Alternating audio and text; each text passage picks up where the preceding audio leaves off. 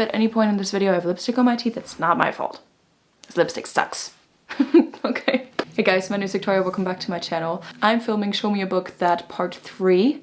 I think, is it part 3 or I think it's part 4. The last time I did such a video was, I think, a year ago? Almost a year ago. I think I filmed it in December. So I thought it was time to do it again. I also love filming these videos because you can answer the categories in the comments as well, so we can talk about as many books as we can. I think we're going to start right away. I asked you guys on Instagram for different categories, you gave them to me, and I'm gonna do my best to answer them. Okay, first one is really nice already. Show me a book that makes you feel the magic in the world like you did as a child. This was actually quite difficult, but I chose Midnight in Everwood by M.A. Kuzniar. Sorry if I pronounced that wrong. This is a book in which a dancer discovers sort of a magical world, and it's very much like Nutcracker, has lots of ballet influences because of course it's about a ballet dancer. The reason why I chose that for this category is because I was obsessed with ballet when I was a kid, and I started dancing when I was 4 years old. I've never done anything professionally when it comes to ballet, but I started very classically, and there was a dancer every time we had like performances. She was gorgeous. She was able to dance on point, and I was obsessed with that when I was a kid. I was so excited for the day that I would finally get point shoes, and it would be years until I get there, but just watching her dance was so magical, and every time I watched anyone dance basically I was in awe, and I loved it, and I felt like this is the closest I got to magic when I was a kid. I feel a lot when I watch ballet dancers, and it's very dear to my heart because ballet was my first love. So ballet, first of all, reminds me of my childhood and of the magic that I feel every time I look at someone dancing ballet or something. So yeah, that's why I chose this. It's also beautifully written. Can only recommend that book. Show me a book that changed your perspective. And I'm going to combine that with people need to talk about more because it has an important message. For both of these categories, I chose Letter to a Young Poet by Rainer Maria Rilke, or in the original, Briefe an einen Jungdichter.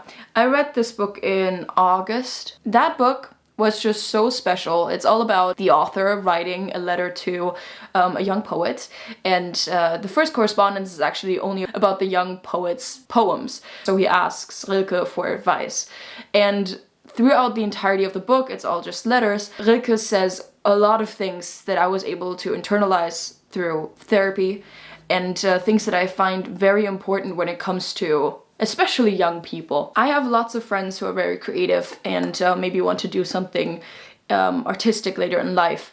And now with social media and everything, everybody sees so many young people being successful, you know, the definition of success is very individual, but still. And for me, I see people younger than me and them succeeding and excelling in things that I always wanted to do with my life, but never even got a foot in the door.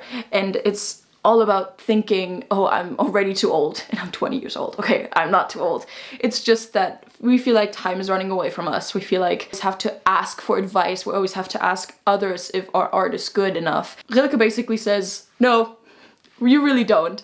I feel like Rilke has a very healthy view on life without romanticizing anything. I feel like it offers a very healthy perspective on life, especially for artists. So I would recommend it to anyone who feels like maybe they're not good enough, who feels like their time is running away from them, constantly need validation from others or compliments in order for them to think that their art is good. It's a long enough answer. Okay, the next one is, I'm just randomly going through these. Show me a book that depicts deep love and understanding. And I think I found a perfect book that I have never heard anyone talk about, which is Best Laid Plans by Rowan Parrish. This is such a lovely book. It's such a lovely love story. It's about Charlie, and I forgot his name. Why do I always forget his name? Rye, thank you. So Rye is new to town. He goes into a shop to repair a house that he inherited. It's like a complete ruin, so he wants to build it all by himself. And he goes into this shop, which is owned by Charlie, and they become friends and they become lovers, and I felt like their relationship was so healthy. There was not the misunderstanding trope. I felt like they got to know each other really well, and when there was an obstacle or a challenge they had to face, they did it together and they really talked it out. And I feel like this is very rare when it comes to love stories in books. I think that we sometimes think that in a love story there has to be like problems to cause tension. You know, some might turn it into sexual tension, some might turn it towards like misunderstanding things. And I feel like some people might call this boring if they read a book where a love story or where relationship is very healthy. But I thought it was so good. If you want to read a healthy love story, read this book. It's also so much fun. I loved listening to it. I need more people to talk about it because I thought it was really good. Show me a book that everybody loves but you hate. This was difficult because I don't know everybody's opinion and I genuinely think that even though a book might be very well loved, I think there are enough people that hate it. The one book that I really did not like, that a lot of people liked, was We Were Liars by E. Lockhart. I don't know, I just didn't like it. I can barely remember things from it, but I knew that I did not like it. Everybody says, oh my god, the plot twist at the end is so amazing. I thought it was pretty confusing at times, and I just wasn't invested into the characters at all. I feel like it's a book that might get you out of a reading slump because it's very short and it is fast-paced. I just didn't like it. I didn't like the protagonist, I didn't like any of the other characters, and I couldn't care less. That's sad because that's usually not what I find myself doing when it comes to books, but that's just my opinion. Show me a book you'd read during a cozy winter night. Very basic answer. Gotta be honest, but I chose Little Women by Louisa May Alcott. Little Women is a classic. Little Women is a story about 4 sisters and them growing up, and especially in the first book, so Little Women, it's really about their years as children / teenagers. We have Meg, who's I think 16, Jo, who's 15, Beth, who's I think she's 13 or 14, and Amy is 12 in this book. So it starts at Christmas. So I think it's perfect for winter, and it's just such a cozy atmosphere and the family, and though they go through hardships and they all have their issues, it's just such a lovely story to read. I have 2 older sisters, so I was able to relate to the story very well. I was able to find so many things that I just love about being part of a group, you know, that grows up and that never leaves you, basically. I mean, I was lucky that I have such sisters, and I can't imagine my life without them, so that book really reminds me of that sisterhood that I grew up in and that I still live in, which I'm so happy about. It's very close to my heart, but other than that, you don't have to have siblings if you want to read this book. It's just such a nice atmosphere. I think the writing is very lovely. I feel like it just wraps you up in a big, beautiful, cozy, fluffy blanket. And I think that's exactly what you need in winter, especially in this one. I zoomed you guys in a bit. I always feel like I'm so far away from the camera. Show me a book that will make you cry. I chose Under the Whispering Door by TJ Klune. This book is about a man who, I forgot his name.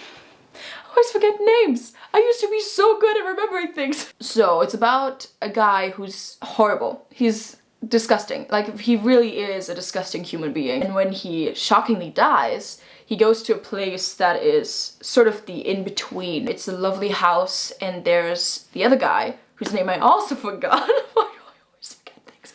And he is in charge of that place. Before our main character can move on, he has to sort of go through this path of redemption, and I won't say if he gets there eventually, but I did not find myself crying like throughout the book, but the ending was not heartbreaking. It was more the kind of sadness that you accept because it's necessary. I really got attached to the characters in the course of the book, and I just really love it. It's not a book that I think will break your heart into millions of pieces and let you sob for an hour or 2, but it did make me cry. I think this is the good kind of sadness. It doesn't hurt. It's just good to let it out. Sorry, okay, anyway. Show me a book that feels like a Taylor Swift song. Now, guys, I'm not a Swiftie. Please don't judge me, but I do appreciate her creativity, and that's why I chose a book that might not encapsulate her discography, which I think is impossible because if you look at her albums and the concept of each album, they're completely different. So I chose The Ocean at the End of the Lane by Neil Gaiman, which is a book that is so beautiful, but also so fucked up. Fucked up in a good way. It's very much like fairy tale-like, and if you know Neil Gaiman's writing, it's very fantasy mystery-ish, I guess. And I just felt like this book offered so much imagination, and while I was listening to it, I was like, how did the author think of this? Moments that were really heartwarming, there were moments that were really heart-wrenching, moments that were really to listen to, which I think Taylor Swift talks about too. You know, she talks about love, but she also talks about so many sad things in life, and some things are really hard to listen to, in my opinion. For her creativity, I chose a book that I feel like shows also a lot of creativity, so I chose this one. I hope this is a good enough answer. Anyone who's a Swiftie who feels like my answer is completely wrong, please correct me in the comments. I do not have any problems with that. Could have asked me what book feels like a Halsey song. Could have given you 10. But Taylor Swift, don't know really. Okay, the next category is show me a book that you're still waiting to read. Sort of waiting for the perfect opportunity and waiting for the perfect time to read. I've been waiting for a couple months now to read Winter's Tale by William Shakespeare, which is another play I have not read yet, and I want to watch it when it's snowing outside, or at least when there's snow covering our houses and the hills and everything. Because I don't know, I don't even know if A Winter's Tale really depicts winter, and I will read it in December if we have snow. I feel like we're gonna get snow. Would be very weird if we didn't. I'm excited to read that. Or watch it and then read it at the same time. I have another question. That's, I think, the last question, okay? That is about crying. Show me a book that made you ugly cry, but you still recommend. I chose 2 books because the first one is that made me ugly cry, which is Clockwork Princess by Cassandra Clare. Again, with the Shadowhunter Chronicle books. But the more general answer is The Perks of Being a Wallflower. It did not make me ugly cry, but it took my heart out of my chest, broke it apart. I had to look at it and then piece it back together myself and then, you know, put it back in there. I don't know why this was so weird now. No, but this was a book that I was just able to relate to so well. I talk about it very thoroughly in my 4 books in 1 day. No, 4 books in 4 days video. So if you want to hear me talk more about it, you can watch that video. But Perks of Being a Wallflower, I think, is a book that is very well known. It's by Stephen Chbosky, I can't say his name. Charlie, our main protagonist, writes letters to a friend. So every single chapter or letter starts with "Dear friend," and he tells you about everything in his life. And Charlie had to face many awful things in his life and still faces high school and everything that comes with it, but finds friends. And I think that was the most beautiful thing in the book. That can also make you cry, in my opinion. But it also depicts many things that have to do with mental illness, so please check the trigger warnings. Very close to my heart, a very beautiful book, and if anyone tells you to read it, do it. I've had that book on my TBR for so long, and I'm so happy that I finally read it, and I do not regret a thing. Show me a book that you knew was going to be good from the very first page, and I'm going to combine that with show me a book that gives you the creeps. I chose My Dark Vanessa by Kate Elizabeth Russell. Anyone who's ever heard of this book knows exactly why, but I'm going to give you a sort of a summary. I read that book 2 weeks ago, I think, at the beginning of November, and I knew it was going to be a book that was pretty hard to get through. I want you all to check the trigger warnings before you read this book. It's very dark, and it discusses the topic of a very complicated relationship. The protagonist calls it a love story, but you as a reader kind of see all the problems that comes with it because it's about Vanessa, and she starts a relationship when she's 14 with her teacher, who is, I think, almost 30 years older than her. So throughout this book you see their dynamic. You see it, first of all, start, you see it grow, you see it evolve, and you see it change. And some parts made me really uncomfortable, but it's also one of the best books I've ever read. I listened to this, and I will get a physical copy of it, I think, but I'm currently on a book buying ban, so I'm not doing that. I've been going strong for 5 weeks. Really proud of myself, guys. So I listened to this book, and the narrator was so good.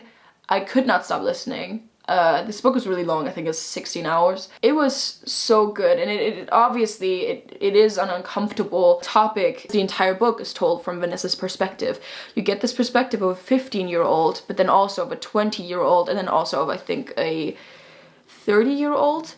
So you see her perspective go through roller coasters, but overall, she has this picture of, I'm in love with this person. I don't care about his age, and there's nothing wrong with it. And then she slowly realizes by reflection that there were a lot of things in their relationship that weren't good and that were really toxic, and that made her who she is today. It gives me the creeps. It was also such a gripping book and such a gripping story. Without giving too much away and without talking too much about the controversy, I felt like it was very well dealt with. I cannot recommend this book wholeheartedly, that's why I won't. Because I do want you guys to check the trigger warnings, because some scenes were really hard to get through. But they were also one of the strongest scenes I've ever read in a book. Show me a book that makes you feel alive. The Shadowhunter Chronicles. Any book from there, basically. I think it's because they are the first books I really fell in love with, and they made me fall in love with reading in the first place. And there's just something about these characters that I feel like are so real, that I've just grown attached to. So yeah, every time I read these books, I feel like I'm not reading. I feel like I'm in their world, and I experience it as they experience it, and I think this is the best thing you can have when you read a book. So yeah, that's why I love them a lot. Show me a book that reminds you of each season. For spring, I have The House Without Windows by Barbara Newhall Follett. Very special book. I'm gonna tell you more about this later because I also chose this book for another category, but it was really hard for me to find something for spring. Summer, Malibu Rising by Taylor Jenkins Reid, all about a very famous family, and they all have a bunch of issues, but it's all set in Malibu on a beach, at a beach house, at a party. Very, very summery. It contains the problem that I have with Reid's books, that women all look the same, and that's so annoying, but it does give you a very, very hard atmosphere of summer. Very intense atmosphere of summer. For autumn, I have a book that is actually like the movie because it was written after the movie was done, Dead Poets Society. So yeah, I could technically say you could just watch the movie, but if you want to read something in fall, this is definitely a book that I would recommend. I have not read it yet, but I have read parts of it. Dead Poets Society is the best thing. Group of guys in a boarding school in America, and they have this new teacher, Mr. Keating. He gives them a bunch of new perspectives, especially on art and life in general, and yeah, it's tragic at the end, but we're just going to skip the last 20 minutes. The last part of the book, we're just gonna skip that, okay? But you know, the movie and the book, very much autumn feelings. And for winter, I chose The Binding by Bridget Collins, a very, very long book that I would like to read again because I barely remember things. But I read it in winter.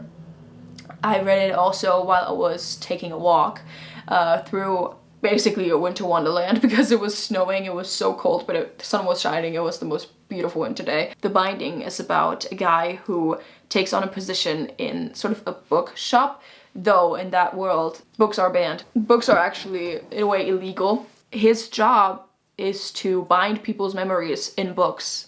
So he gets to learn that and everything, and also encounters dangers that come with this job. So yeah, definitely have to read this again, but it just reminds me so much of winter, so I chose this book. I'm gonna combine two categories again. Show me a book that you've reread the most, and show me a book that you still have to think about, even though you read it a long time ago. There's only one answer for this because it's City of Heavenly Fire, because that's the only book I read like 5 times. I think about it a lot because it's also one of my favorite books, and it's the last book in the Mortal Instruments series, so the finale, and it was the first book I've really like ugly cried to, and yeah, just has a very special place in my heart. I think I say that every time I talk about this book, but yeah, that's my answer. Show me a book that takes place in nature, and here we're talking about The House Without Windows again by Barbara Newhall Follett. This is such a special book, guys. This book is very short. It was written by actually an 8-year-old who later then rewrote it when she was 12. So while I was reading it, I couldn't believe that a 12-year-old wrote this. This book is about a girl who runs away from home to live in nature. And that's actually everything you have to know about it, because I don't want you to know too much about it. Just know that everything happens in nature. There's so many descriptions of nature, and it's beautiful, and it's also not boring because it's short. I feel like when you hear the premise, you're like, okay, that sounds boring, but it's not, because it's very well paced in my opinion, and I felt like it's one of my favorite books, so yeah, I can only recommend this. Show me a book that made you laugh because of sarcastic elements. I chose a play by William Shakespeare, which is Twelfth Night. Twelfth Night is such a funny play. In general, I love Shakespeare's comedies. Twelfth Night is using like sarcasm so much, so I chose Twelfth Night. Twelfth Night is a very, very confusing play. It's all about people's identities sort of being switched around and kind of disguised, and nobody really knows who anyone is, and they play games, but eventually they all start falling in love with each other, and it's just really, really funny. The whole like confusion around it, it's just so funny. Okay, and I chose also a book because not everyone is a fan of plays. I chose Red, White, and Royal Blue by Casey McQuiston because Alex is so funny. Show me a book that made you laugh and cry. I know we're again with the crying, okay? Maybe that's a thing on my channel. But listen, it also says laugh. I chose a book that I've recently read, Wolf Song by T.J. Klune.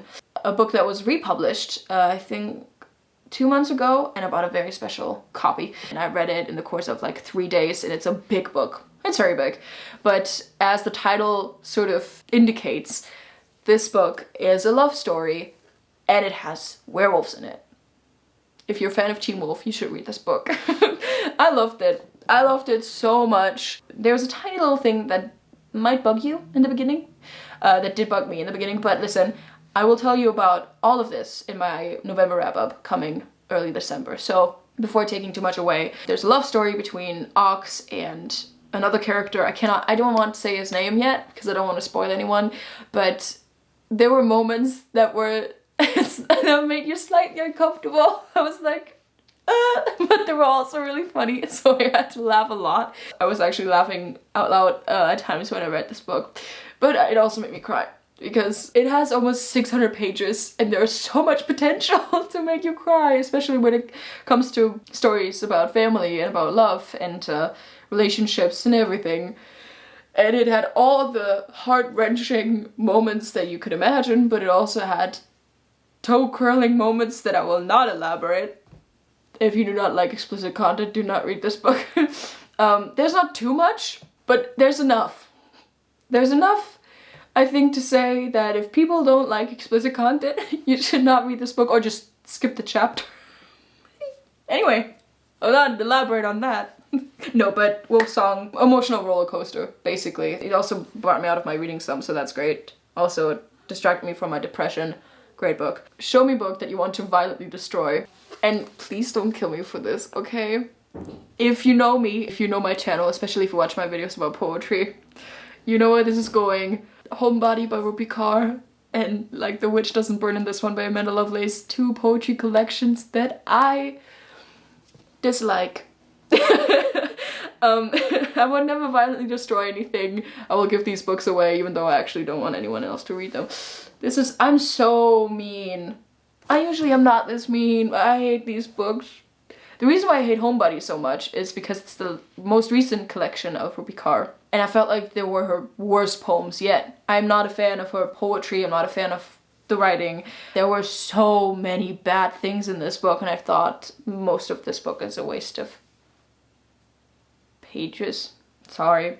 And The Witch Doesn't Burn in This One by Amanda Lovelace just infuriated me because she wants to give women this powerful message of we're powerful and we're feminists and we're great and we're going to destroy every man, but this is such a wrong approach to feminism. And though I do understand the rage really well, you know, I understand the rage, I feel the rage, I feel like this was such a toxic and wrong view of feminism.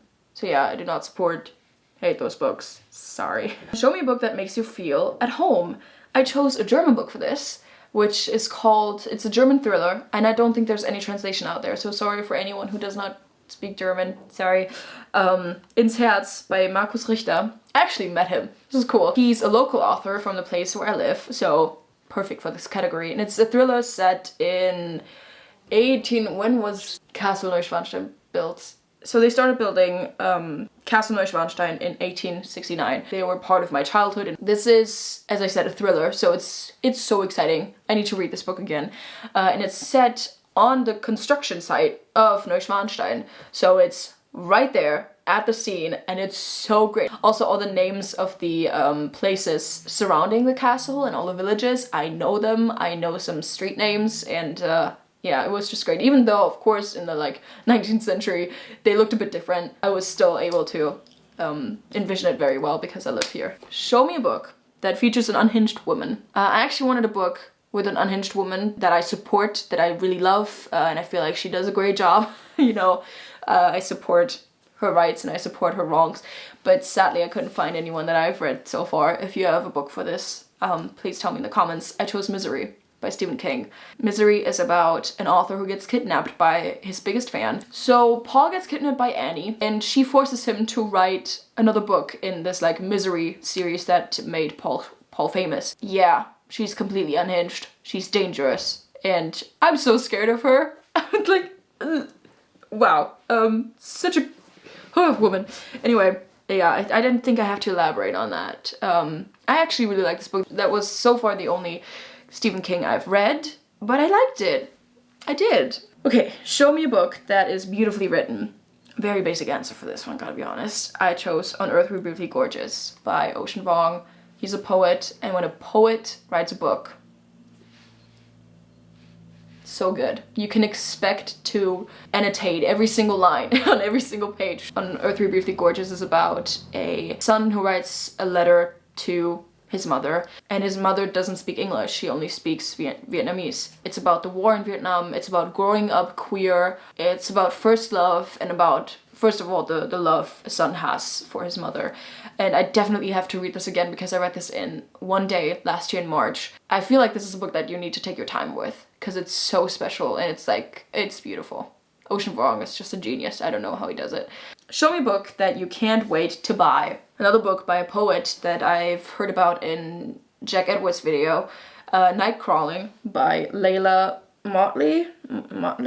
I hope I'm saying this right. Put it on my Christmas list. Maybe I'm gonna get it for Christmas. And Jack Edwards said that it's a sad book and it's written by a poet. Sadness and poetry, or poetry-like writing, sign me up. So yeah, I can't wait to read this book. I actually forgot what it's about. I don't need to know. I just want to read it. Go into it. Very little expectation when it comes to the plot because I want to be surprised, sort of. Show me a book you would recommend if someone wants to start reading poetry. Now, I want you guys to know that I'm really not the best to ask for this question. The thing is, I love poetry, but I consume way too little. But if I had to give you sort of an advice of where to start, get a collection with numerous poets. Don't get just one collection of one poet. I think this is a really bad approach to it. Get a collection maybe of a period that you already know you might like. For me, for example, I like the Romantic period the most because it all focuses on nature and very like feelings and stuff. But if you know a literary period that you like already, where books are set in or whatever, definitely get a collection from authors, from poets who were writing in that time. Get a collection with multiple authors. If you want to get into classics, make sure you look out for names like Emily Dickinson. I love John Keats, for example, Robert Frost, if you're a fan of nature. If I had to recommend a collection which I think is really great when it comes to imagery, which is not too complicated to understand, but just offers a great sort of insight into what you can do with words and what the poetry can be. It's one of my favorites, but that's just because I'm a huge fan of the person herself. It's I Would Leave Me If I Could by Halsey, which I know a lot of people say, oh yeah, I don't like it because it was written by a pop star. But I like her imagery a lot. I just think it's a great way to experience poetic language, sort of get glimpses into what you can do with words, as I said. So yeah, I think I would recommend that, but poetry is such an individual thing. And just make sure that you do not stress yourself with understanding it. I would recommend, if you're especially a beginner with English books, maybe read poets that are more recent, maybe that really write in our time. A lot of people would like Savannah Brown, so I can recommend her book. Some writers use very old words and then you have to look up every word and that's just exhausting. So yeah, maybe get it from this century. But other than that, choose someone or choose a whole collection from a period that you might like, because I, for example, only look for romantic poets most of the time because I just like the imagery that they use. You guys sent in so much, I just realized that. Okay, show me a book that needs at least one more chapter. I chose The Lighthouse, which is by C.J. Cook, one of my favorite books of last year. A family moves to a very remote place, I think on a Scottish island? Oh, right. One of my favorite books, don't know anything about it anymore. No, I'm kidding. You find out pretty quickly that this place is really weird. Weird things start happening.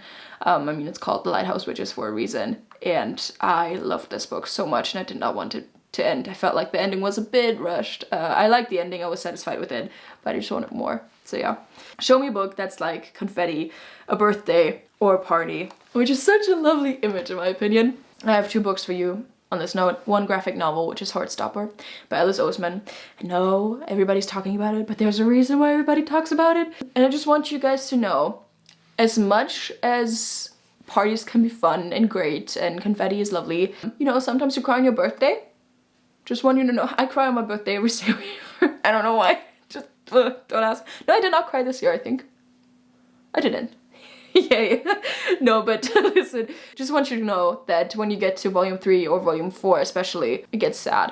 It gets pretty sad. And there are sad points in the first 2 volumes as well, definitely. But overall, the love story of Nick and Charlie, I love it so much. And it, yeah, brings lots of joy to my heart. And the next one is House in the Cerulean Sea by T.J. Klune.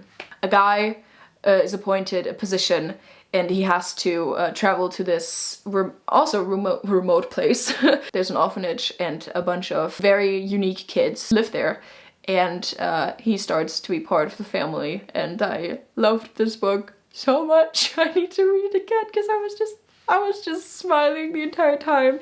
Yes, there are sad parts of it, but I just loved every single page so much. So yeah, and it's just so colorful in my opinion. Okay, show me book you don't remember anything about. This is a book I read in summer. It's not that long ago. I read briefly A Delicious Life by Nell Stevens, and I remember the writing being quite pretty, and I remember the basic premise of the story, but other than that, I don't remember much. So I can't really tell you anything. Show me a book you can recommend for English beginners. If you want me to do another video on books for beginners, let me know. But in general, a lot of contemporary novels are really, really great, especially like in the YA section. Love stories, very great. Any Alice Oseman book, very easily written, but nice way of writing, great characters in my opinion, especially recommend Loveless by her. So Alice Oseman's books, they're great. Or A Good Girl's Guide to Murder, if you want to have more like thrilling elements in there, by Holly Jackson. I felt like it was really good. I listened to it. I thought it was really easily written, so I think you would not have a problem with it. Show me a book that feels like sunshine and one that feels like rain, which is such a nice question. I chose very similar books from the same author. For sunshine, I chose Circe, which I have not finished. I'm only in the beginning of the book, but every single thing screams gold for me. Every time I think about this book, I think gold, not only because of the cover. The cover is actually like orange and black, but the first I don't know, I think I read the first 50 pages, everything is gold. So yeah, sunshine, definitely. And one that feels like rain, Song of Achilles. And although it's set in the Trojan War, which I think was really hot, there was barely any rain. The emotions, I think you get it. I don't want to elaborate on that. And the last question that I have for this video is, show me your most beautiful book. By the way, I'm filming this while I still have the sticker in my story, so if your category did not get chosen, I'm so sorry. I've been filming for almost 1.5 hours, so I need to make this quick. I obviously love displaying my most beautiful book, or books. There's many that I love, and in general, I look for the most beautiful ones, and I think the most beautiful are the ones that have my favorite colors, which are gold and dark green. Special editions of The Song of Achilles and Circe. I don't have to say more, do I? Do I? I also have another beautiful book, which is my copy of Wolf Song. I think this is gorgeous. It has painted edges. Is that what it's called? Deckled edges? It's also signed. I don't want to buy. I'm sorry. In general, all of my classics, my Penguin cloth-bound classics that are the special editions, you know, the ones that have glitter in them. For example, my copy of Christmas Carol, Charles Dickens, all of these. My sister got me all of them, like, last Christmas for my birthday this year. So yeah, definitely all of those. I have a bunch more, but I think I'm going to end this video on this note. If you liked it, please give me a thumbs up and comment down below what you would like to see next. If you want to answer any of these categories, I don't know if I have the time to put all of them in the description box, but maybe I do, maybe I don't.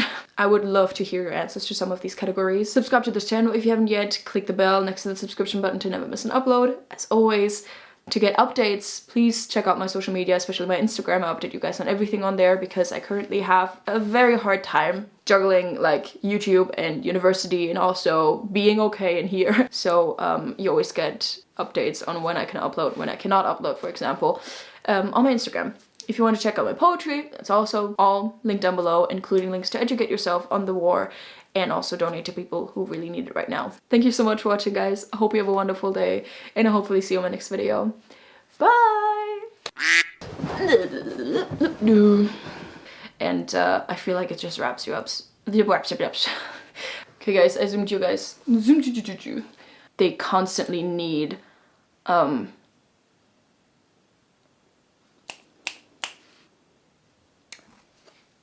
getting it. The word is on the tip of my tongue. Come on.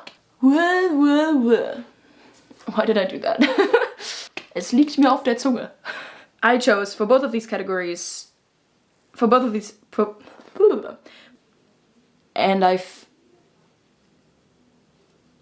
And why did I ever decide that I'd go for this lipstick? It was the stupidest idea.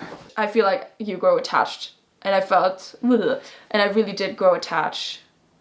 What am I even saying? And shut up! I can't read. Show me a book that you knew was going to be good from the first very page. Like, it's where Disney wasn't. Shut up! Yeah, I think those are two, but definitely one of my beautiful. Shit! Okay. Come on. I got it. I talked so much now. Bye, guys. Bye.